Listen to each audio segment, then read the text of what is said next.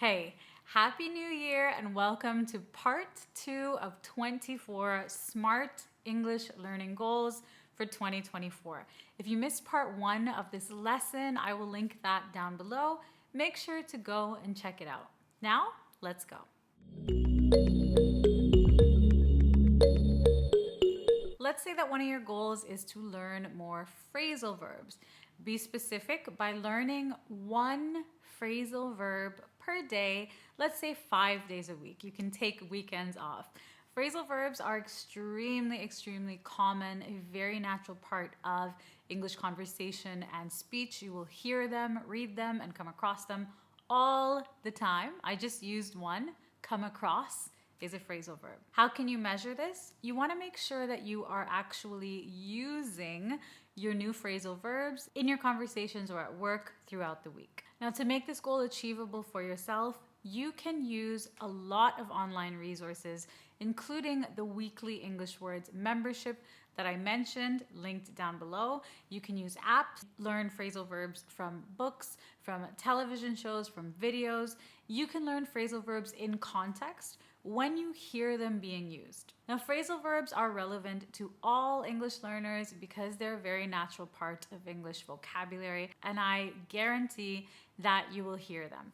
Even if you don't use them as much as you would like, you will hear phrasal verbs being used in English. And be consistent with this. Try to learn, again, one new phrasal verb 5 days a week for the next 2 months. Maybe you're already very strong when it comes to grammar, and one of your goals is just to refresh your English grammar or bridge any gaps or fix any mistakes that you might be making. You can do this by reviewing and correcting any mistakes that you're making in your writing. So whether that is in essays, reports, emails, messages, you can use your own written content as a resource to correct yourself.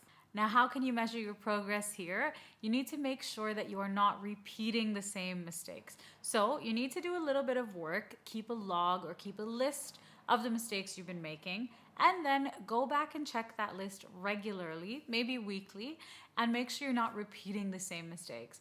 Let's say you always make mistakes with the present perfect tense. You've noticed that, you've identified it. Check once a week. Look back at some of the writing that you've done and see if you're still making that mistake or if you're using the tense correctly. And this is achievable because you can use grammar checking tools, or you can get help from a teacher. You can get help from fellow English learners, perhaps that are in a group class that you're learning with.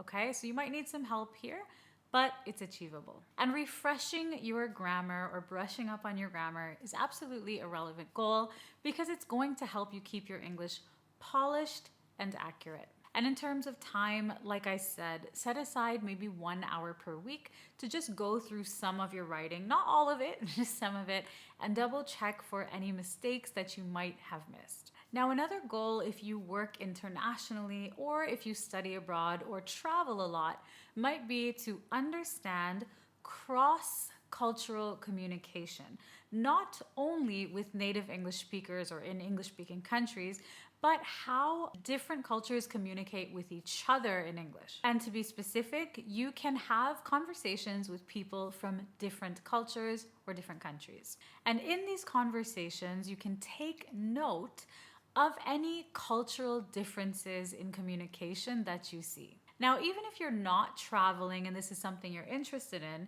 it's achievable simply by joining online forums or online groups or communicating with people online. Of course, if you are traveling or if you're studying or working abroad or you're an expat, this is a lot easier to do face-to-face.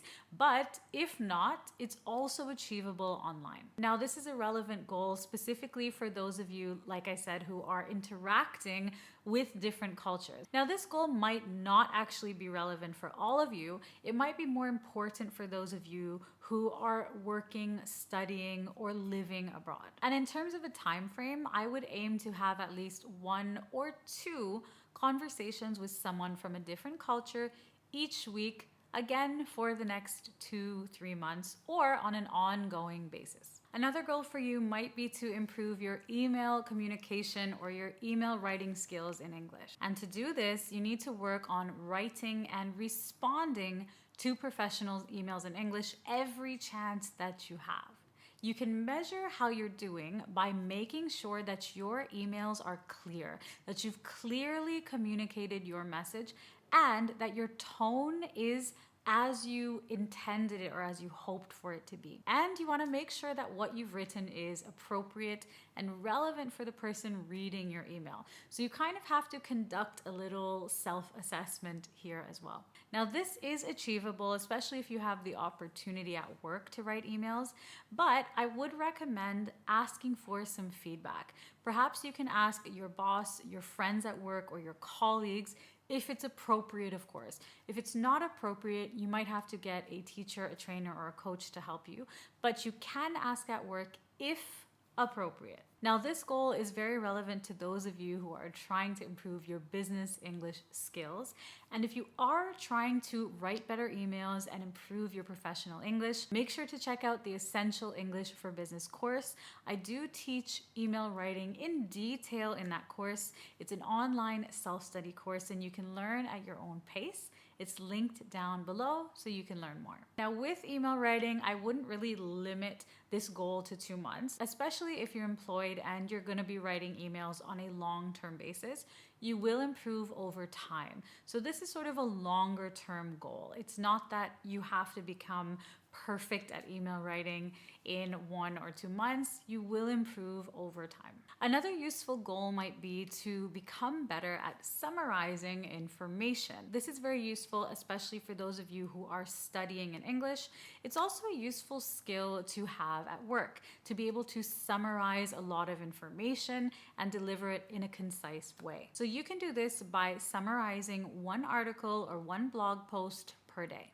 And this is measurable because you need to catch or capture all of the main points in a concise, brief, short, clear way. Now, this is an achievable goal because you have access to lots of online articles and news stories, thousands, millions, I don't know. Choose different topics every single day. Make sure that you're not only reading about one thing. That's very important as well. Now, summarizing information is a very relevant one, again, for all English learners really, because we summarize things every day. We summarize our day for people. When people say, "How was your day?" you're giving them a summary of your day. You summarize movies, TV shows, stories, events that happen in your life. You summarize reports at work. You summarize long pieces of text as a student. So summarizing information, a super important English skill that you might not really have thought about before. And if you haven't, now is a great time to improve upon that skill. Now, maybe you are someone who has a pretty strong vocabulary bank in English already, and you want to use more advanced English vocabulary. Try implementing 3 new advanced vocabulary words in your conversations each week. Now, it's very important to make sure that you are using these words correctly and appropriately. It's not always appropriate to use complex or advanced vocabulary. Sometimes it can be confusing for the situation or for your listener, so just be careful with that. If you are using advanced vocabulary related to your work, make sure that everyone else understands it and uses it as well. Now, you can make this achievable and relevant by choosing words that are related to your interests or to your work. And again, pick a time frame for yourself to start. Implement 3 new words each week for the next month, 2 months, 3 months, 4 months, as long as you like. Another important goal for some of you might be to take better notes in English.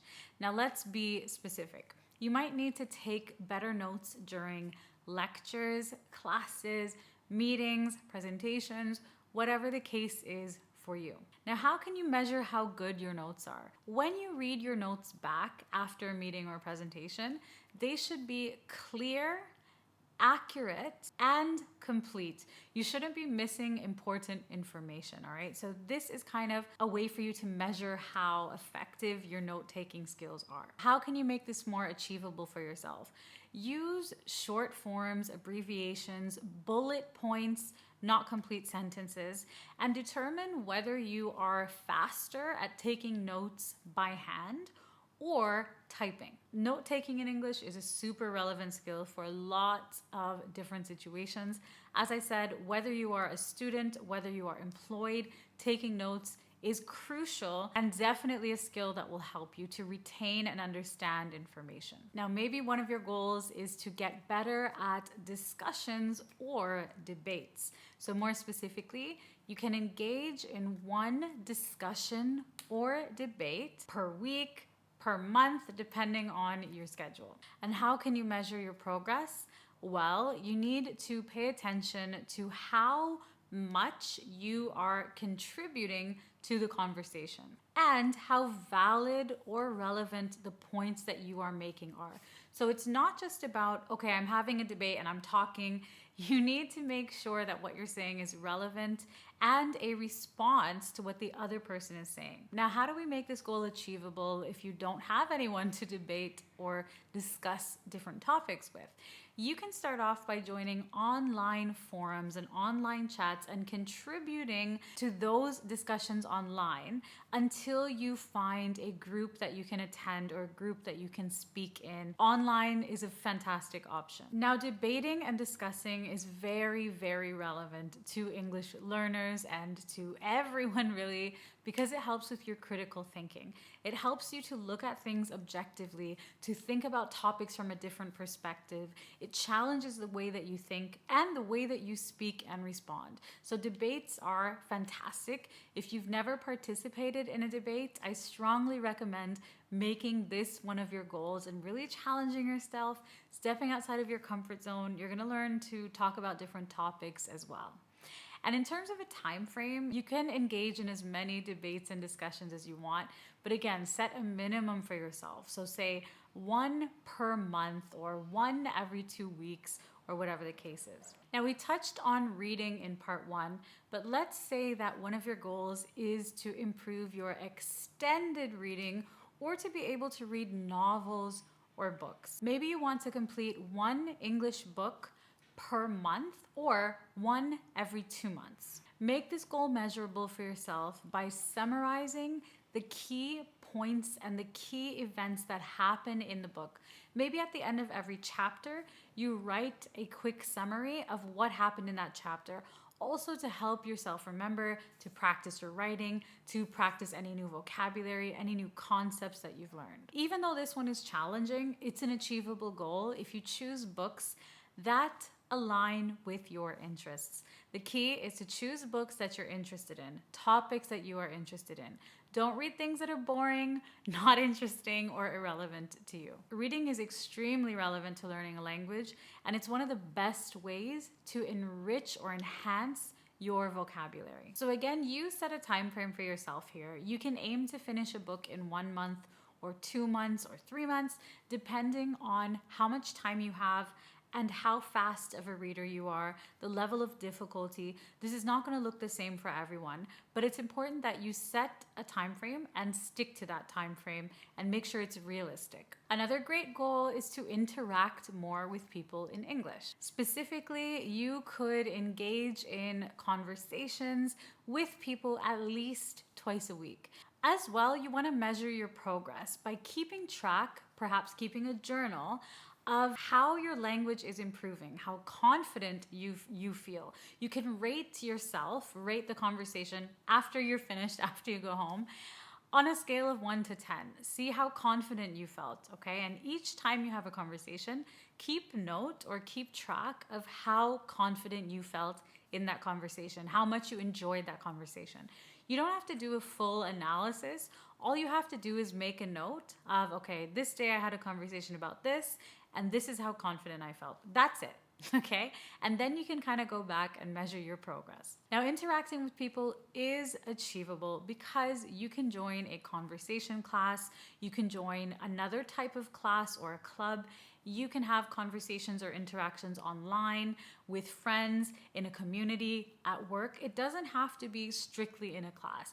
There are so many different places, times, and opportunities to have conversations, but the key is to actually engage in those conversations when the opportunity presents itself. Now, interacting with people is an extremely relevant goal. It gives you the opportunity to understand different people, different ways of thinking, different culture, to practice the language, to make connections, and of course, to improve your conversation and communication skills. I would say that this should be a long-term goal. It's something you should aim to do throughout the year, not just for 1 month or 2 months. You want to have as many conversations as you can, because the more conversations and the more interactions you have, the more comfortable and confident you will be, and the easier this will become. Another useful goal that a lot of people don't think about might be to get some feedback and to use that feedback. So more specifically, to get feedback from a teacher, a trainer, a tutor, and to actually implement and use it. You can also get feedback from your colleagues or your peers as well, to understand how other people perceive you or how you come across to other people when you communicate. Now, how can you make this goal achievable?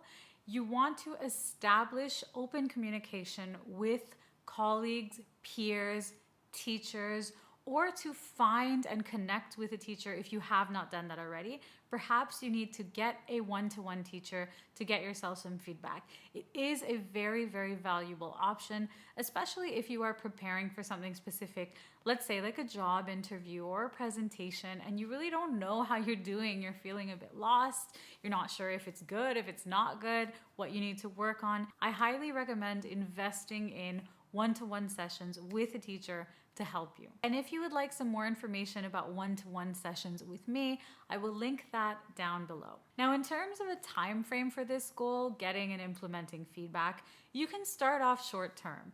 Perhaps you can do this over the next 2 months, but this is also something that can eventually become a regular part of your life, getting feedback and implementing feedback. But I would say to start off a little bit shorter term with this, keep it more specific, maybe in terms of your schoolwork, your communication style, a project you're doing at work. You can keep this one a little bit short, implement the feedback, and make the changes. And finally, a very important goal that I think all of us can benefit from in 2024 is building confidence. Confidence is such an important part of life. It's an important part of speaking in English. It's an important part, honestly, of everything. And I think we can all use a confidence boost. It's not always easy to know where to start, what to do, or how to do it. But let's make this a little bit more specific. First of all, we can speak in front of the mirror for 10 minutes per day, or record ourselves speaking for 10 minutes per day. It's uncomfortable, it's unnatural, it's not easy, but you need to take a step and make this goal into something specific and doable. Now, how can we measure our confidence? We need to be a little bit critical, self-aware, and honest, and observe ourselves speaking and take note of when we hesitate, why we hesitate, when do we look confident, when do we not look confident, and analyze those things and understand when or why we are lacking confidence. Now, to make this achievable and relevant, you don't want to just talk randomly in the mirror for 10 minutes.